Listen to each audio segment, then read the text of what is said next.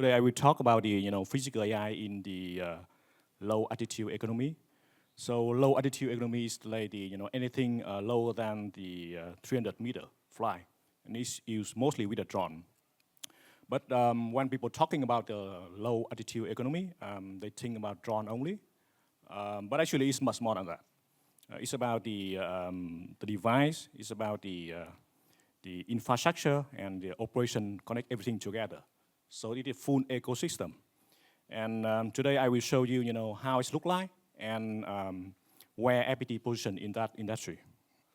First of all, I will show you the one short video I downloaded from internet. This video is from the Shenzhen in China.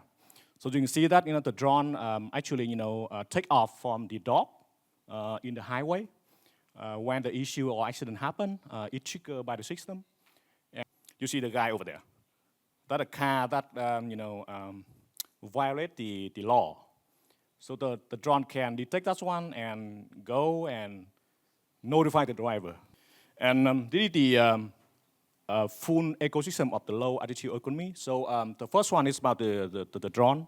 Actually, that is a flying robot with a sensor, like the camera and radar that connect the data and perceive the environment. But the second thing that not so many people are aware of that one, that is dog. The dog that you see in the previous video, the drone can take off from that one. So that is dog.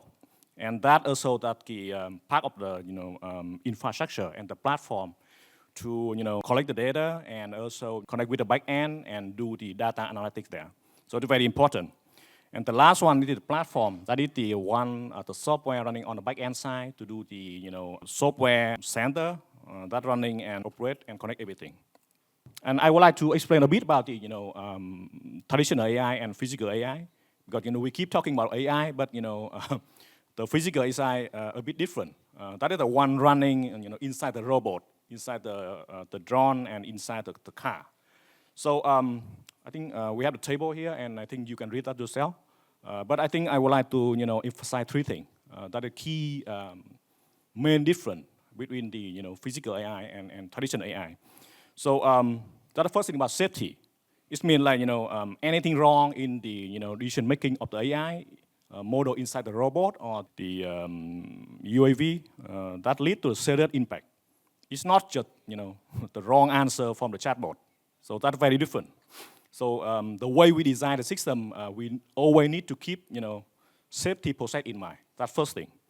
And second thing that the AI on edge. It means like everything needs to be run on the device. So we need to keep the system resource constraint in mind. Like it's not like the thing running on the back end side with infinity of the GPU in data center. It's not like that. Everything needs to be processed, perceived, and make decision on the device. Last but not least, it's also very important about the way of scalability. So the chatbot we're talking about the every day. Actually, the training data is coming from internet. So and people like us keep feeding the data every day. So it's very easy to scale. But for the robot or the UAV, it's not like that. So I think that is a big challenge for the physical AI here.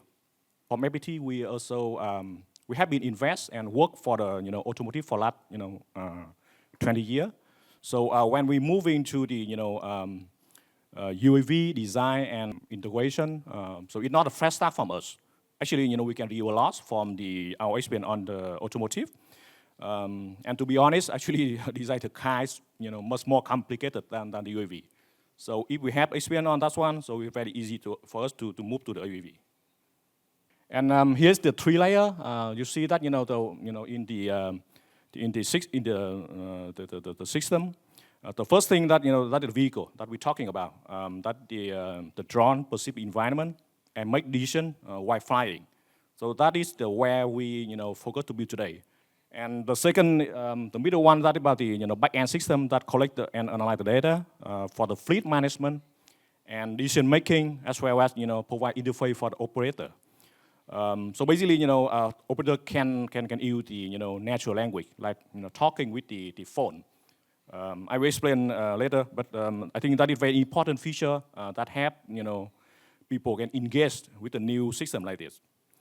And the last one is about the layer. It's not happening right now, but that's more about the future, where all the drone and dog in the city can connect together and coordinate, and that can keep the balance for the whole system.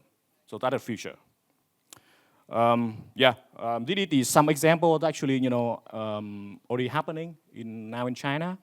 So see that it's not only for one example like I showed in the first video, that is in many cities right now in China. And I will take few examples like highway support. So the drone can fly and support police a lot, and it can reduce the time to respond by half. And also 90% of the escape can be handled by the drone. So it means like the police don't need to go there. Whenever the issue happen, the CCTV from the highway can detect that one, trigger the event in the system, and the drone can take off automatically. It is similar to the way you see in the first video. So everything is that automation flow. So very less and very little people involvement there. So like I said, it's not like in a movie, but actually it's happening now in China. And now we move to the engineering perspective, how we do the system, how we design. That's one. So let's start with level one, that in the aircraft. So like I said, this is what's happening in the aircraft for now. There are three principles where we design this kind of system. Number one, that the AI on edge. That very small computer that we handle all the AI application on the aircraft. So like I said, we cannot let this happening on the cloud. Everything must be handled in the device. And number two, system resource constraint. So that's why we need to keep everything that kind of thing in mind. We don't have like infinite loop of the GPU or memory. It's very limited. And number three, all the fail-safe mechanism must be in place. So basically, the aircraft must be working properly, even there is no network signal or something wrong happen with the aircraft. So that is very important. And this is level two, what's happening in the platform and the back-end side. So this is a system to do the fleet management, where the operator can check the flight plan and also verify the video streaming from the multiple drone across the city. Previously, the operator needs to do all the things by controller and manually. But now with the AI, all those things, they can do that in a much faster way. They can do the query, the data by voice, like, they can ask, like, show me any, accident in the last 24 hours, for example, or fly to the highway I-20. So I think those kind of things that can improve, productivity much more. And all those things enabled by AI. And actually, it's not in the future. It's happening now in China. You can ask, what FPT doing in this game? And this is what we do. Actually, the blue one, actually, that is the core from us and core activity we are doing for now inside FPT.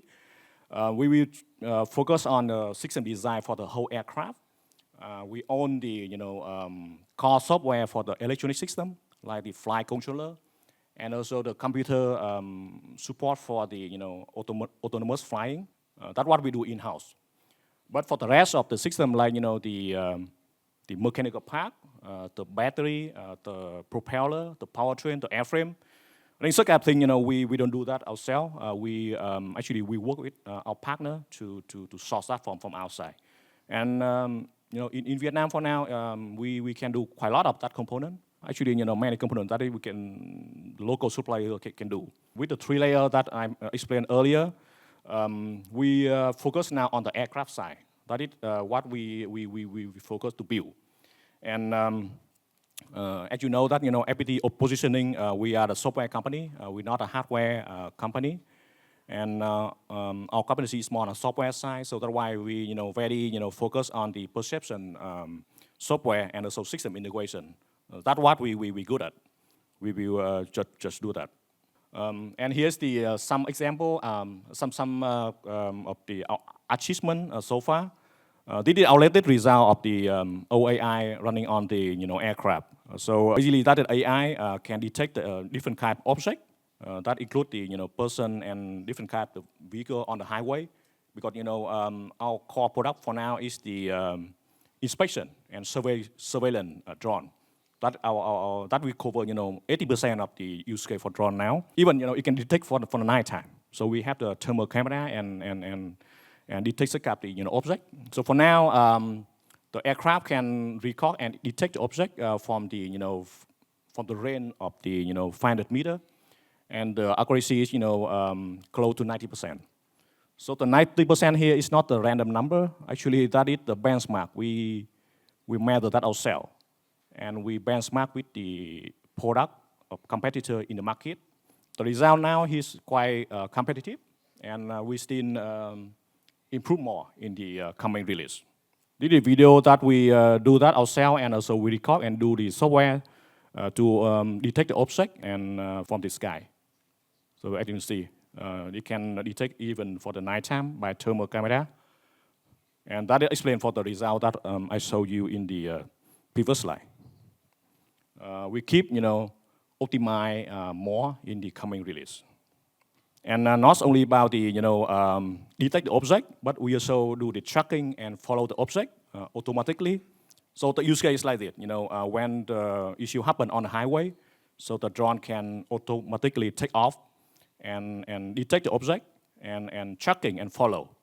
So basically, the full flow of automation, and police or human don't need to do anything. So that it help to improve the productivity.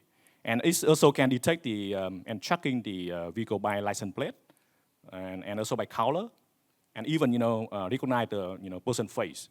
So all the result here, that is our latest result at this moment. And in summary, I can talk a lot, but actually only 3 things I would like to remind here for the last slide. The first thing, number 1, so the drone is it's only the sensor. It's become the sensor for now for the infrastructure, and AI the engine to speed up and accelerate everything. And number 2, the technology actually will be on top the onboard of perception, and that will be foundation of everything else. And number 3, actually FPT for now our focus is to build the not only for the drone side, but we try to fulfill all the gap of the whole ecosystem. Yes, that I would like to share with you today. Yeah. Thank you.